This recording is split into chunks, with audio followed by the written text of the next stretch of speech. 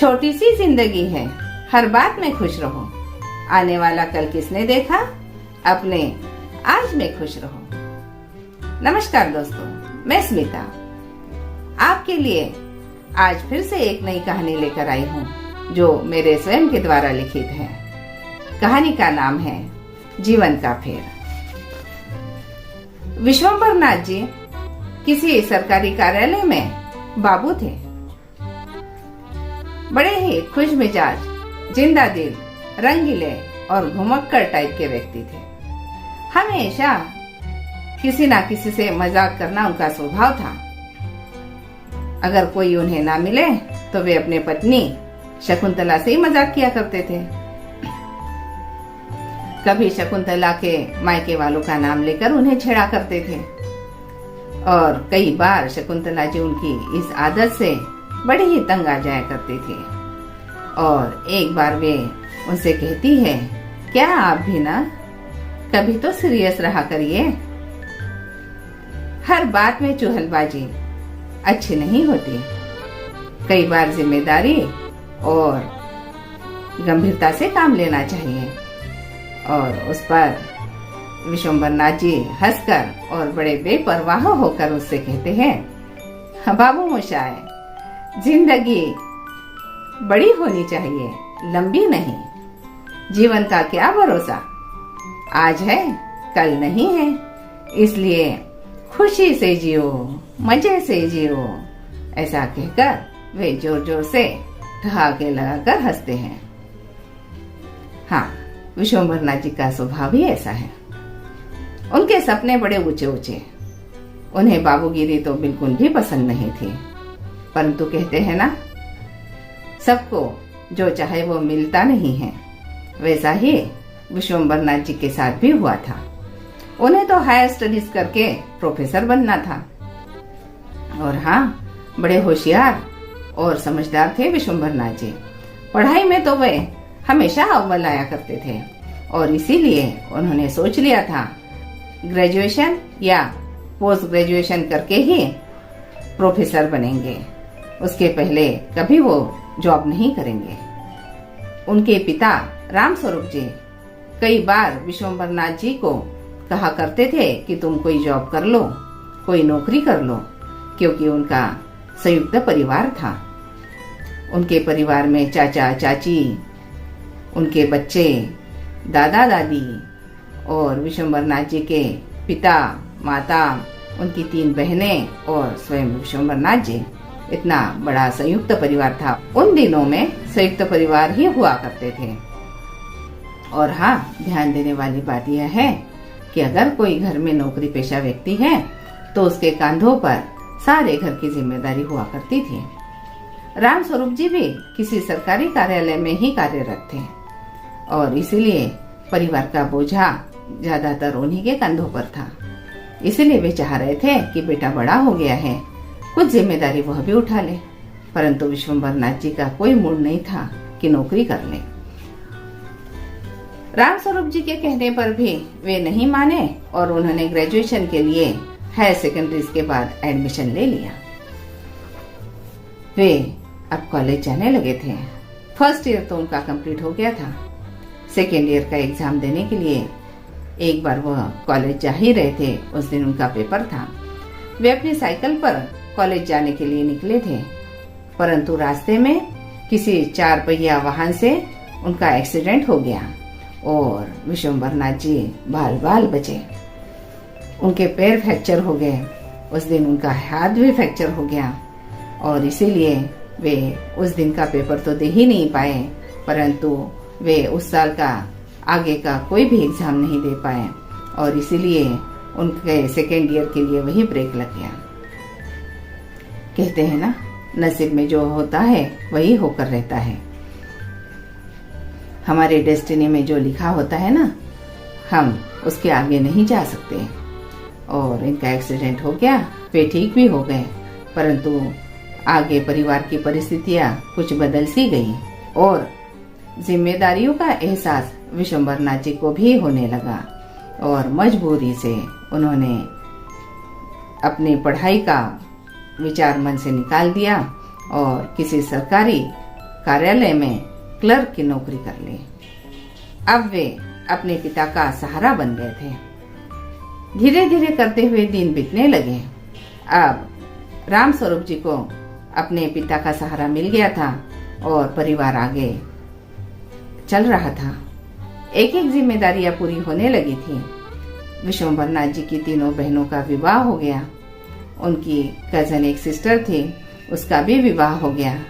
आगे जाकर चाचा चाची अलग रहने लगे और अब विश्वम्भर नाथ जी, उनके पिता माता, दादा दादी, इतना ही परिवार अब साथ में रहता था। और अभी विश्वम्भर नाथ जी के विवाह की बातें भी होने लगी थी, क्योंकि जिम्मेदारियां करीब करीब खत्म ही हो गई थी। लड़कियों की जिम्मेदारियां पूरी हो जाए तो माता पिता एक राहत की सांस ले लेते हैं। अब विश्वम्भर नाथ जी के लिए लड़कियां ढूंढने लगे थे और जल्द ही उन्हें एक अच्छी बहू मिल गई थी और राम स्वरूप जी ने बड़ी धूमधाम से विश्वम्भर नाथ जी का विवाह कर दिया। शकुंतला जी बड़ी ही सुंदर, दिखने में जितनी सुंदर उतनी ही स्वभाव और मन से भी सुंदर थी। उसने आते ही घर की पूरी जिम्मेदारियां संभाल ली थी। सबके मन की बातें परखना, सबके मन की बातें जानना उन्हें बखूबी आता था। तीज हो, त्योहार हो या कोई मंगल कार्य हो, सबको जोड़े रखना उन्हें बहुत अच्छे से आता था। पूरे परिवार को साथ में लेकर चलती थी और ऐसे ही दिन आगे बढ़ने लगे थे। कुछ ही वर्षों में विश्वम्भर नाथ जी के दादा दादी का स्वर्गवास हो गया। शकुंतला जी को संतान प्राप्ति जल्दी नहीं हुई थी। बड़ी ही मन्नतों के बाद आज उन्हें एक पुत्र की प्राप्ति हुई थी। पूरा घर बड़ा ही खुश था। राम स्वरूप जी को तो मानो सारे सुख मिल गए थे, क्योंकि अब उन्हें पोता हो गया था। और हो भी क्यों नहीं, उनका एक ही बेटा था विश्वम्भर नाथ जी, और मन्नतों से एक बेटा प्राप्त हुआ था। इसलिए राम स्वरूप जी और उनकी पत्नी बड़े ही खुश थे। राम स्वरूप जी ने अपने पोते का मुंडन बड़े ही जोर शोर से करवाया। सारे परिवार के लोग आ गए। विश्वम्भर नाथ जी की सारे बहनें आ गई और बड़े जोर शोर से मुंडन हो गया। नाम रखा गया बच्चे का पुनीत। अब पुनीत तो अपने दादा दादी के आंखों का तारा सा हो गया था। जैसे पुनीत का जन्म हुआ, राम स्वरूप जी ने सोच लिया था कि पुनीत को वे बहुत आगे तक पढ़ाएंगे और उसे एक काबिल इंसान बनाएंगे। हुआ भी ऐसा ही। अब पुनीत बड़ा होने लगा था। उसे अच्छे से अच्छे स्कूल में दाखिला दिया गया। राम स्वरूप जी उसकी पढ़ाई का पूरा ध्यान रखते थे और पुनीत इतना होशियार तो नहीं था अपने पापा की तरह, परंतु एवरेज स्टूडेंट होने के बाद भी वह मेहनत करता था। ऐसे धीरे धीरे करते करते वह हाई स्कूल तक पहुंच गया। हाई स्कूल में जाने के बाद अपने माता पिता की इच्छा पूरी करने के लिए वह खूब मेहनत करता और खूब मन लगाकर पढ़ता था। आगे 12th पास करके पुनीत इंजीनियरिंग कॉलेज में जाना चाहता था, परंतु 12th में बहुत अच्छा स्कोर न होने के कारण पुनीत को गवर्नमेंट इंजीनियरिंग कॉलेज में दाखिला तो मिलने वाला नहीं था। इसलिए कई लोगों ने उन्हें राय दी थी कि एक वर्ष आप अगर ब्रेक लेंगे और फिर से पढ़ाई करेंगे तो हो सकता है नेक्स्ट ईयर पुनीत के अच्छे नंबर आए और उसे इंजीनियरिंग कॉलेज में दाखिला मिल जाए। परंतु नहीं, विश्वम्भर नाथ जी इसके बिल्कुल फेवर में नहीं थे, क्योंकि वे जानते थे एक बार अगर पढ़ाई रुक जाए तो वह वापस फिर से करना मुश्किल हो जाता है। उनके साथ भी तो यही हुआ था, क्योंकि हर बार परिस्थितियां साथ दें यह जरूरी नहीं है। इसलिए उन्होंने काफी सोच विचार के और यह तय कर लिया था कि पुनीत को चाहे जो हो जाए, भले ही प्राइवेट इंजीनियरिंग कॉलेज में ही क्यों न एडमिशन लेना पड़े, परंतु उसे ब्रेक नहीं दिलवाएंगे। हुआ भी ऐसा ही। पुनीत को एक प्राइवेट इंजीनियरिंग कॉलेज में एडमिशन मिल गया। अब पुनीत को वहाँ कॉलेज में हॉस्टल में शिफ्ट होना था। दादा दादी के तो जैसे ही प्राण कलेजे से बाहर निकल गए थे, क्योंकि अभी तक तो पुनीत के ही आसपास उनका समय बीतता था, क्योंकि बेटे और बहू ने तो सारी जिम्मेदारी संभाल ली थी। इसलिए पुनीत के दादा दादी ने उसके बचपन से लेकर और अभी तक पूरा समय उसके आसपास ही बिताया था। परंतु उसके दादाजी समझते थे पढ़ाई का महत्व। वे जानते थे कि उनके स्वयं के बेटे विश्वम्भरनाथ जी को भी आगे तक पढ़ना था, परंतु परिस्थितिवश वे पढ़ नहीं पाए और इसीलिए आज क्लर्क बने हुए हैं। अन्यथा उनके बेटे तो बड़े ही होशियार और समझदार थे। वे आगे हायर स्टडीज करते अगर आज किसी ऊंचे ओहदे पर कार्यरत होते। इसलिए उन्होंने अपनी पत्नी को भी समझाया कि नहीं, पुनीत को बाहर जाना चाहिए। ये हमारा लाड़ प्यार उसकी पढ़ाई में बाधा नहीं बनना चाहिए। अब पुनीत की हॉस्टल जाने की तैयारियां शुरू होने लगी। जल्द ही पुनीत हॉस्टल में शिफ्ट हो गया और बड़ी मेहनत और लगन से वह अपने माता पिता का सपना पूरा करने में जुट गया। और इस तरीके से धीरे धीरे करते हुए साल बीतने लगे और पुनीत का भी ग्रेजुएशन कंप्लीट हो गया और अब उसका कैंपस सिलेक्शन भी हो गया।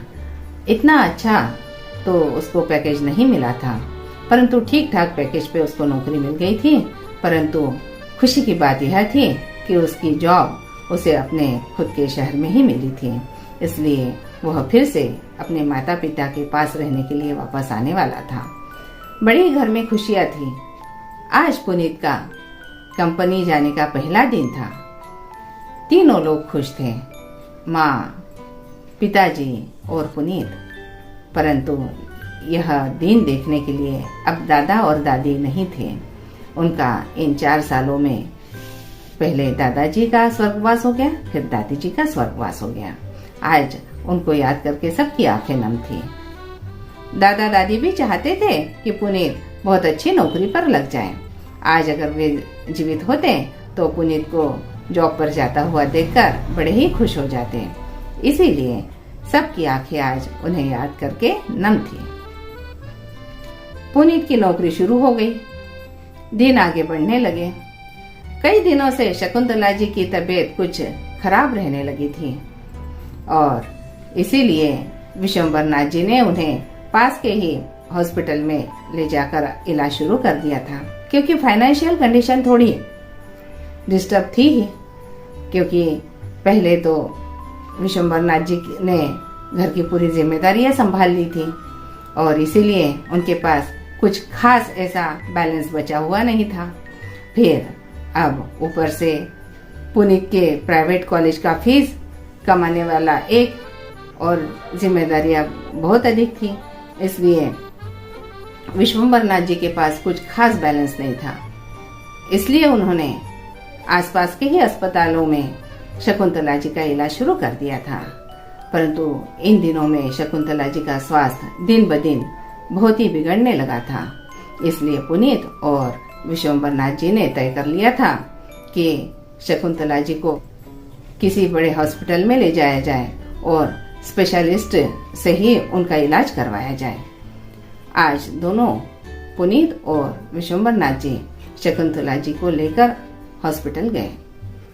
फिर उनके टेस्ट और एक्सरे सब कुछ हुआ और आजकल जब भी शकुंतला जी को बुखार आता तो जल्दी उतरता ही नहीं था। कई दिन 8-8, 15-15 दिन उनका बुखार नहीं उतरता था और इसीलिए ये विश्वम्भरनाथ जी और पुनीत भी परेशान रहने लगे थे। और अब सारे टेस्ट होने के बाद ही पता चलने वाला था कि आखिर शकुंतला जी को क्या प्रॉब्लम है। अब शकुंतला जी की मेडिसिन शुरू हो गई और उन्हें कुछ दिन के लिए डेली कुछ ना कुछ टेस्टिंग के लिए जाना पड़ता था हॉस्पिटल। पुनीत ने एक घर के लिए काम वाली रख ली थी क्योंकि उसके माँ की तबीयत आजकल ठीक नहीं रहती थी। परंतु फिर भी शकुंतला जी सब्जी वगैरह अपने हाथ से ही बनाया करती थी, क्योंकि 4 साल के बाद बेटा घर पे आया था और इतने 4 साल में तो उसने बाहर का ही खाना खाया था। और विश्वम्भरनाथ जी को भी शकुंतला जी के हाथ का ही खाना पसंद था। इसलिए उन्होंने सब्जी में छोंक लगाया और वे सोफे पे आकर लेट गई। थोड़ी ही देर में विश्वम्भरनाथ जी घर पे आ जाते हैं और आते ही वे शकुंतला जी से मजाक करने लगते हैं अपनी आदत के अनुसार। परंतु आज उनकी मजाक में वह चंचलता नहीं थी और कुछ तो भी डिस्टर्ब था। शकुंतला जी के समझ में तो आ गया था, परंतु शकुंतला जी कुछ बोली नहीं। थोड़ी देर में पुनीत भी घर आया। आते ही वो अपनी माँ के पास बैठ गया और खूब गप्पे होने लगी घर में।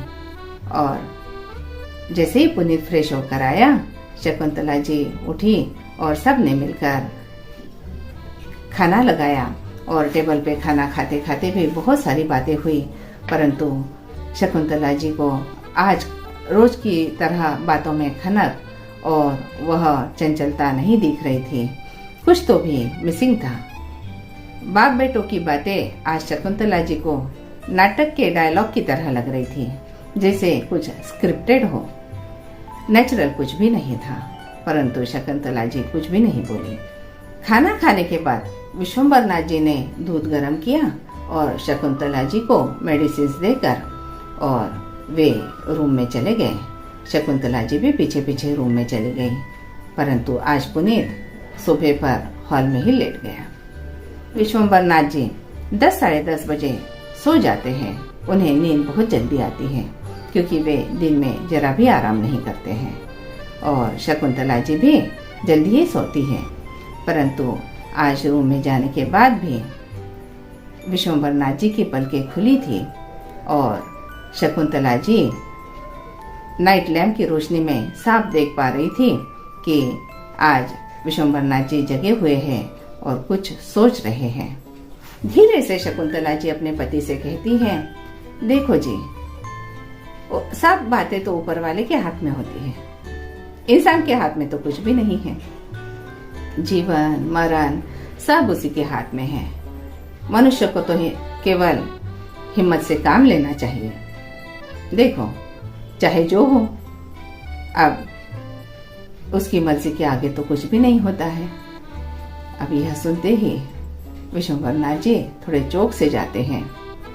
फिर शकुंतला जी आगे कहती हैं कि आप जो बात छुपा रहे हैं ना, वो मैं कई दिनों से ही जानती हूँ। जिस दिन डॉक्टर साहब ने आपको बताया था कि मुझे कैंसर है, मैंने बाहर खड़े खड़े ही वह सुन लिया था, परंतु मैंने आपके सामने वह प्रकट नहीं किया। और आज शाम को जब घर आप आए ना, तो आपके बोलने का तरीका, आपके देखने का तरीका मैंने आंखों में आपके पढ़ लिया था। आज मैं समझ चुकी हूँ कि शायद मेरी बीमारी का अब कोई इलाज नहीं बचा है। आपकी बातों से ही मैं समझ गई थी, क्योंकि आज नेचुरल कुछ भी नहीं है। और यह सुनते ही विश्वम्भरनाथ जी उठकर बैठ जाते हैं, शकुंतला जी को अपने गले से लगाते हैं और खूब रोते हैं। इतने महीनों से अपनी आंखों में दबाया हुआ, छुपाया हुआ दुख आंसुओं के रूप में बाहर निकलने लगता है। शकुंतला जी भी रोने लगती हैं, परंतु शकुंतला जी बड़े ही हिम्मत से काम लेती है। वह विश्वम्भरनाथ जी से कहती है, देखो जी, अब जो है वो तो होके रहेगा। अब आगे पुनीत का ख्याल तो आप ही को रखना है, और वैसे भी आपका ही स्वास्थ्य कौन सा अच्छा रहता है। आपको भी बीपी, शुगर दोनों बीमारियों ने घेर लिया है, इसलिए अब आपको बड़े हिम्मत से और जिम्मेदारी से काम लेना चाहिए, क्योंकि पुनीत की देखभाल करने के लिए हम दोनों में से एक तो स्वस्थ रहे। और आगे वे कहती है कि देखिए, अब कुछ ही महीनों में आप रिटायर हो जाओगे, और मैं चाहती हूँ कि उसके पहले और मेरे जाने के पहले आप पुनीत का विवाह कर दीजिए, क्योंकि घर में घर संभालने वाली आ जाएगी तो मुझे भी जरा सुकून रहेगा। और पुनीत भी अभी जॉब से लग गया है, हमें एक एक जिम्मेदारियां पूरी तो करना चाहिए ना। और जब वे यह कह रही थी तो विश्वम्भरनाथ जी उनकी तरफ एक टक लगा कर देख रहे थे। आज विश्वम्भरनाथ जी सोच रहे थे कि क्या यही होती है औरतें, क्या यही होती है महिलाएं, हम जिन्हें अबला समझते हैं परंतु कितनी हिम्मत वाली होती हैं। उनकी आंखों से आंसू निकलने लगते हैं। दूसरे दिन सुबह उठते ही विश्वम्बर नाथ जी अपने रिश्तेदारों को, अपने फ्रेंड्स को कॉल लगाकर और पुनीत के लिए विवाह योग्य लड़के ढूंढने के लिए कहते हैं। और इस तरीके से अब शकुंतला जी का इलाज शुरू हो जाता है और इधर पुनीत के लिए लड़की ढूंढना भी शुरू हो जाता है। दिन ब दिन शकुंतला जी की तबीयत खराब होने लगती है। अब तो वे बहुत वीक होने लगी हैं, क्योंकि सचमुच उनका कैंसर अब लास्ट स्टेज का हो गया था। और इसीलिए दोनों बाप बेटे बड़े ही शकुंतला जी का ध्यान रखते हैं, उनकी केयर करते हैं। जल्द ही पुनीत के लिए एक अच्छी लड़की मिल जाती है और दोनों की एंगेजमेंट हो जाती है, क्योंकि पुनीत की मम्मी का ही अगर स्वास्थ्य ठीक नहीं है तो किसका मन लगेगा। परंतु मजबूरी यह थी कि उनके जाने के पहले यह विवाह करना था, इसलिए पुनीत भी विवाह के लिए राजी हो गया था। इन दिनों में विश्वम्बर नाथ जी को शकुंतला जी सब समझा देती है कि अब आपकी जिम्मेदारियां कैसे बढ़ गई हैं।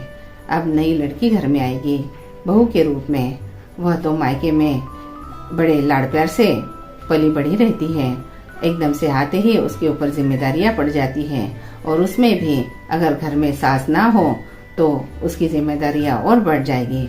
इसलिए अब आपको काम की काफी सारी जिम्मेदारियां अपने ऊपर उठानी पड़ेगी, आपको समझ से काम लेना पड़ेगा। अब शकुंतला जी उन्हें सारी बातें समझा देती है, किस तरीके से घर में रहना चाहिए, किस तरीके से व्यवहार करना चाहिए। और यह भी कहती है कि बाहर के भी काम आपको अब संभालने पड़ेंगे।